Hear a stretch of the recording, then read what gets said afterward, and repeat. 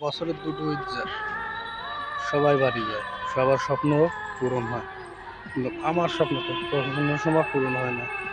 কারণ আমার বাপ নেই, মা নেই। এতিমদের আবার স্বপ্ন, হুঁ, ম- মরার পরও কেউ খোঁজ নেবে না। বাপ মা থাকলেই বোঝা যেত আপন কে। এই যে ঈদটা আসতেছে, সবার চোখে আনন্দের হাসি, আর আমার চোখে কান্নার পানি।